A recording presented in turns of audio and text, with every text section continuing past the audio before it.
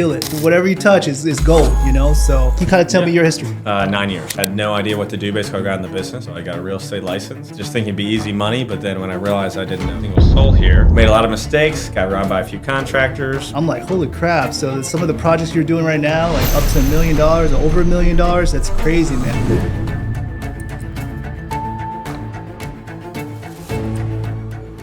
Well, hey guys, welcome to Talking Out Loud. And Danny's gonna be my first guest today. Danny Green, a good friend of mine, business partner. And I was just telling him, you know, I gotta show you some flowers, you know? Like, I don't think you get enough flowers or enough kudos for what you accomplished, especially at your age. You know, I always mention that you just kill it. And whatever you touch is gold, you know? So, but Danny, I know you're in you started in real estate, right? As a realtor, and then you slowly became a flipper or in the development side, and now you're actually developing or building brand new homes. Is that how that works? You kind of tell me your history. Yeah, that's pretty accurate. So I moved down here about 9 years ago and had no idea what to do. Basically, I got in the business, so I got a real estate license. Just thinking it'd be easy money, but then when I realized I didn't know a single soul here, I couldn't really do much with it. So I forced myself in the business and bought my first house as my first commission deal ever. That's awesome. So who would do that? Somebody would probably take that commission and buy a brand new car. They probably would. But and as time went by, I recognized opportunity in Tampa to kind of invest and make some additional money. So, I brought in a buddy in Kentucky who had a little bit of cash, and I ran everything down here. We started flipping. We didn't have any earthly idea what we were doing. Made a lot of mistakes, got robbed by a few contractors, along the way it definitely paved the way for us to gain experience, make a little bit of money, and then in 2020 is when I started new construction and pretty much kind of said goodbye to flipping. That's crazy. Do you feel like the flipping market is going to come back? I hear some flip projects around still, but do you still think it's like lucrative right now? I mean, the flipping market is definitely still lucrative. I mean, I would say anything is lucrative. It just depends what you're buying it for, because you're really making your money when you buy. Right. So I would say I'm about 80-20, where 20% is renovation still, not necessarily because I'm seeking that, but occasionally it just makes more economic sense than tearing a building down. Yeah. So... No, that's awesome, man. I mean, you've been doing this for how long now?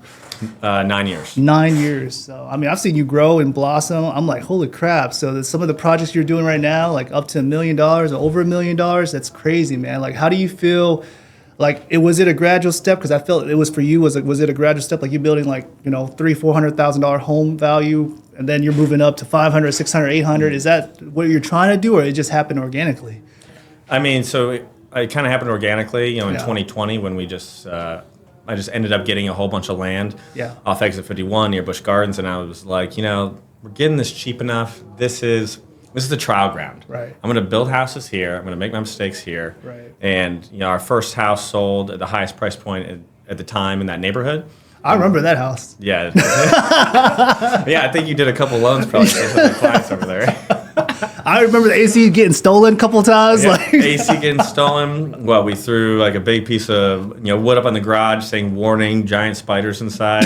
Put video cameras up, whatever we could do to deter people in the area. Right. You were getting creative for sure. Yeah, definitely. So that's awesome, man. But I just want to give you kudos though, because like you have like done a little bit of everything, like meaning that. I didn't realize how talented you were. Like you learned how to speak Spanish. This guy's straight from Kentucky, guys. I've never expected him to speak Spanish, and this guy speaks like fluent Spanish. His text message responders in Spanish. And I'm like, holy crap! But I mean, that has to go a long ways with everything, right? Like with your business now and stuff like that. Yeah, it definitely did. Yeah. I would say more so when I first started doing new construction in 2020. Right. Largely in that area, we were getting a Hispanic buyer. We were getting Hispanic leads. Yeah. At the time, my team was small. It was all just a bunch of white guys that really didn't speak that language. So with knowing that language, I was able to put deals together that made the company a lot of money. Right. Luckily now I've scaled. I don't hire anybody in construction that is not fluent in Spanish. Exactly. That's smart. That's smart. We can just keep moving and grow and delegate, and that's kind of how it goes. For sure. And honestly, I think that the way we're looking at the market in the financing side, your number one buyer or borrower is going to be a Spanish-speaking client. It's going to the Spanish community or Hispanic community in general is going to be your number one buyer. So I think that's brilliant of you to be diverse and be open-minded to actually learn the language, you know. Oh, yeah. And I guess it goes in both ways: love it and work, right? So. How many people are you seeing coming from Miami that are moving to Tampa? Oh my gosh, tons. I mean, because Miami's just outrageously priced, you know. Like I think, you know, working in this field right now, like, you know, we look at these homes down there that's for 700,000-800,000, and they're not that great of looking homes. You know what I mean? No, That's just a definitely starter. That's a starter home, right? So you can get that here easily. 700,000-800,000. You can get what Danny's doing, brand new construction, beautiful luxury home. You know, so I would say our prices aren't staying that much lower for too long, though. You know, Right. I feel like the starter homes used to be about $500,000, and now they're inching up in some of these neighborhoods to Really? just sub $1 million. wow. You mean 700 or 7 million? No, just under $1 million. Under Like a million. sub $1 Got million. it. Okay, Yeah. gotcha. Yeah. Like in some of the areas we're developing. Like I know you did the loan, Yeah. you know, near Gulfport, and that Right. was one's $799, one's $850. Yeah. But you know, in Kenwood, where we're building now, we're kind of breaking records everywhere with That is price crazy. Why do you think the value of those houses is so much higher, I guess, in those areas? Is there a reason why, or like what are your thought process in that? So I would say, you know, you've got, you know, the local guys building over there. You've got Canopy. You've got David Weekley. Got it. And at least in my mind, a lot of the mantra of Tampa St. Pete is, how cheap can we build it, and how much money can we make when we get to the finish line? Right. But you know, for me, like it's not only about making cash. Like I want it to be fun. Yeah. And I feel like now that Tampa's more on the market, Yeah. you know, we have a lot more people from New York, California, Miami. So transient, right? Like, It totally is. Yeah. But these guys, they expect a different level of product. right. So whereas, especially now with rates being high, I see a lot of my competition sitting on the market. So I try to build like, you know, completely unique scenarios. You know, if it's going to be modern, it's going to be real modern. It's going to be very Right. glass heavy. Right. I'm going to have vaulted ceilings. I'm going to have terraces. Right. I'm going to have stuff that the other guys aren't doing. So Yeah. And trust me, guys, I went to his broker's opens last week, and that thing was sexy. It was sexy, and I was just telling Alex earlier, I was like, I've never seen what you guys done like in other properties. Like, who has a freaking water coming down the tub from the top of the ceiling? You know, so I mean, that's pretty cool. for a spec home. Yeah, for a spec home, exactly. So it was beautiful, man. Great materials that you guys use. It was really nice and modern. So. Yep. So knock on wood, I've never not sold for the highest price in the entire neighborhood. Oh, you guys hear And, that? You guys hear yeah, that? hopefully that trend stays. He's helping your neighborhood. He's helping to value your neighborhood, guys. So no, that's awesome. So, I mean, what do you project right now? I know you have, how many projects you have right now that you're doing new construction at this point right now, this year? So I've got 7 going vertical in St. Pete. I've got Nice. a total of about 40 units that are either in various phases of either rezone, platting. A lot of those are townhouses. Right. And then I've got just a lot of, coincidentally, all my single family homes that are vertical new construction happen to be in St. Pete. That's so crazy. Not intentionally. but- Okay, gotcha. Because I know you have property here in Tampa too, right? Yeah. Or land here in Tampa as well, right? Yep, So- I've got some land by the stadium that I'm Right. platting right now for 7 townhouses, and then I Yeah. own a bunch of land in North Hyde Park that Nice. we're going to be, you know, kind of redeveloping. Booming area. Yep. Booming area. So I guess let me ask you, as a developer, how do you know, or how do you come up with, hey, let's do 7 townhouses rather than doing one single family home? Like, what is your thought process on that? Like, how does that go about? I mean, I would get, like, as a whole, like, Yeah. a townhouse lot is going to look a little bit different than a single family lot. Right. I feel like, Oh, okay, it's going to be a gotcha. lot bigger. It's going to have different zoning. Like, Yeah. for me personally, I just get bored easy. So, you know, I'm having fun doing single family homes, but I Mm-hmm. know that I'm not going to want to do that for eternity. And the townhouse plays a lot longer. Yep. Sometimes you rezone, sometimes you always have to go through a plat if it's more than 2 units. Right. And so right now my mindset is, okay, it's 2024. I know I want to get into some bigger deals. Mm-hmm. Right. So I need to plan for 2026 right now. Wow. Because all those entitlements, they take, you know, easily 12 to 16 months. Wow. I didn't think that you would have to plan out that far in advance, but I guess it makes sense. Totally makes sense. Because again, also permitting, all that good stuff, it takes time, like you just said, right? It Yep. takes sometimes an eternity, right? So, That's what it feels like. so what are your next vision or next goals, like next project wise? Like, what do you think now? So you've done single family luxury homes. You're doing multi townhouses. Like now, what's the next for Danny? So I would say the next phase is Yeah. I'm going to start, you know, basically searching for apartments. I like that. I want to basically source my own deal. You know, I've got Yeah. the real estate brokerage. I own the construction company. You know, I'm Right. familiar now with entitling and developing land. So, you know, in my mind, I'm like, okay, well, I have all these things. Right. You know, that sometimes the the traditional buyer doesn't have, or the traditional Exactly. developer doesn't have. He's hiring the GC for help. Right. So I need to learn that business model a little bit more, Right. and then focus on acquiring that asset. Right. Because not only is it going to be something new and fun to build and design, Right. but they're tax havens. It's a good place to park your money. Like that. You can go out and buy a fleet of vehicles, but those things aren't making you money. No. It's a depreciating asset. Right. Maybe you need it for your company, but if you really want to save money on taxes, Right. plug it into a building. Yeah. Make 5, 6, 7, 8% return. Right. Hopefully it appreciates. Yep. If it's an add value scenario where you can go in and increase rents. Yeah. Cash out refi. Yeah. There's a whole bunch. Or you can great buy places. it and then maybe sell later, right? You can always Yep. I mean, a lot of people that I know, they'll buy it, hold it for like 7, 10 years, and then just flip it or let it go. 1031 into Yep. something bigger. Exactly. So, I mean, in Tampa market, I mean, I feel like it's still booming no matter what's happening, even though we had a couple of hurricanes that came around. I feel like everybody's still moving here, man. Like, I feel like we're still a hot market. I feel like we're right in the middle from Orlando and Miami. We're not like super crazy expensive, but we're right there. It's getting there. But I just feel like we have the best of like everything, like the water, theme parks, like we're right in the middle of everything, right? But do you feel like it's going to grow anymore? Like it's going to keep on getting busier? Like, would it be like a Miami? That's why I guess I'm asking you. Will it be in Miami? I don't know in our lifetime if it'll ever be like completely like Miami, but I Right. think it's the next destination city in Florida. Because like you Right. said, Orlando's its own thing, Miami's its own thing, Right. and I feel like we're like a small hybrid. Similar size to Orlando, but like Yeah. you said, we have all the water. Yeah. Do you compare us to Jacksonville? Like, I mean, you hear Jacksonville, they're on the water and all that stuff. And I mean, I heard Jacksonville's nice too, but honestly never been there, but. Likewise. I don't hear a lot of great things about it, so I would like to think that we're a lot better. So. Right, exactly, Yeah. exactly. No, that's awesome. So I know in your spare time, this guy is a traveler. He's not just a local traveler; he's a world traveler. Where have you been? Where are you planning to go? I know you're taking a little bit of a break coming up. So where are you going? I just got back from Budapest in Serbia. Spent some time in Belgrade, so then I'm going to head back to Budapest for the holidays. Wow. Spend New Year's in Spain, and then I'll go ski in Austria for a little while. So That is insane. Yeah. You guys hear that? I live vicariously through Danny. I'm like, what are you doing, bro? yeah, I would say I don't really play that much in Tampa. I get on an airplane Yeah. and then I leave, but Yep. I also get, I would say, a lot of my ideas from travel because I feel Yeah. like there's a lot of great architecture in other countries for sure, Oh, not yeah. just in Europe too, South America. Right. A lot of people might think it's dangerous, deadly, not safe Yeah. to go to. Yeah. There's beautiful buildings everywhere. Yeah, no, I've met a couple of guys, and they have homes in Colombia. They say that it's beautiful there. You got the mountain ranges, and it's affordable, and they just love it. They love it out there. So I've never been. I heard the same thing you heard. It's like, hey, Yep. it's kind of dangerous and this and that. But I think it's just every city has its like good and bad areas, right? So, but no, that's awesome, man. So.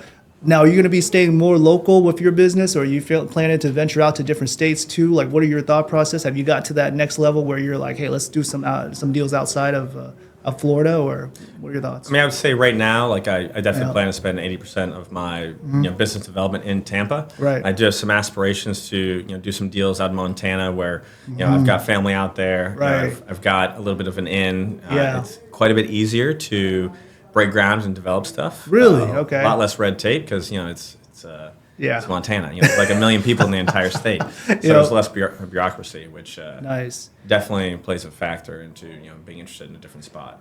Let's talk about Montana. Like, I mean, I know there's the winter activities there. Summertime, is it pretty nice too? Is there like what is there things to do there? I guess. So it's like your outdoor person's like dream, I would say. Really?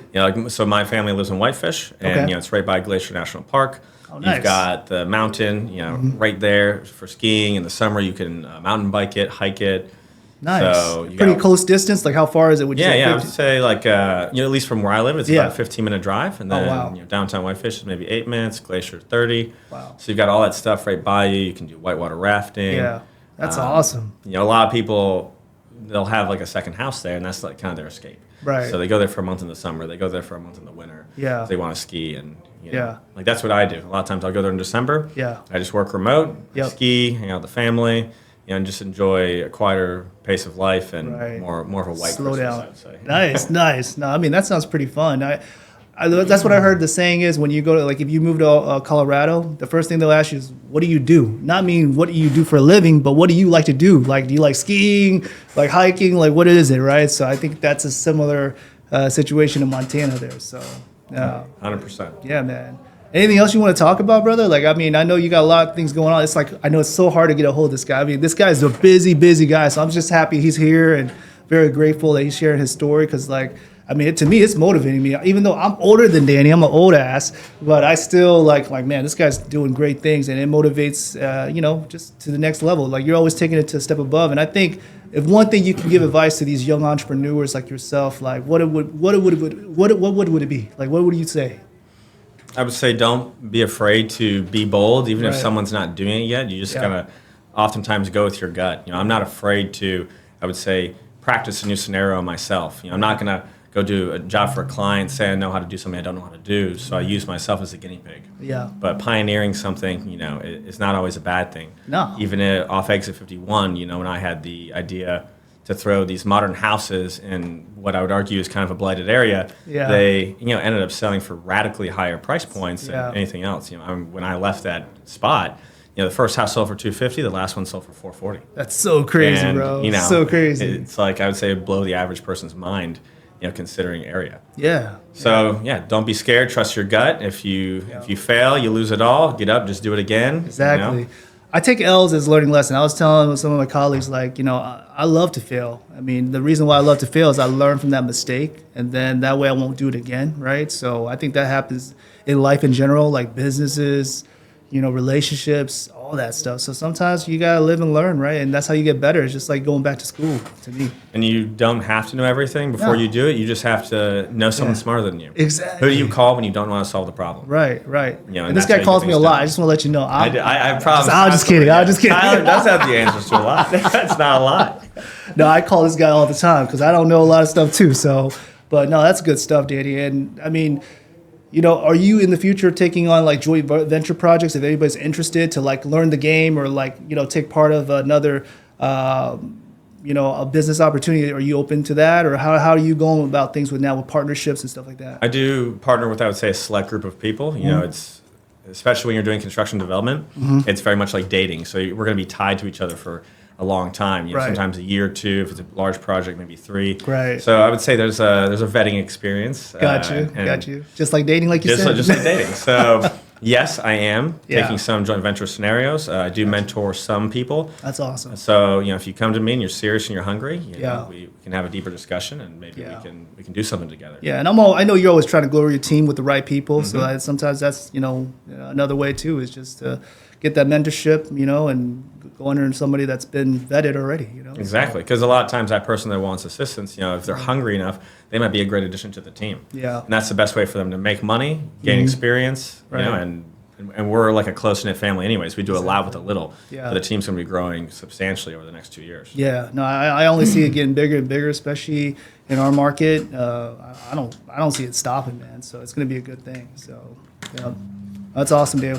Well, hey, I appreciate your time, man. Again, truly grateful. And again, I just wanted to throw some flowers at you. Deserve it. You've been working your ass off, and I've seen you go up and down just like me, and battle through challenges and all that. And we always, persevere, right? So it's just one of those things that just keep on going, put our head down, and just keep working and go up, right? So Absolutely. Yeah. I've operated, I would say, in secrecy for a long time, but now that the brand's got so much cat's out of the attention, bag. time to bring some more Yeah. awareness to the product, and we Yeah. now there's believability behind what we're doing, and Right. we're going to keep doing it. You want to share some of your projects that you're up and coming that you're going to be releasing in the near time, like by this year or next year?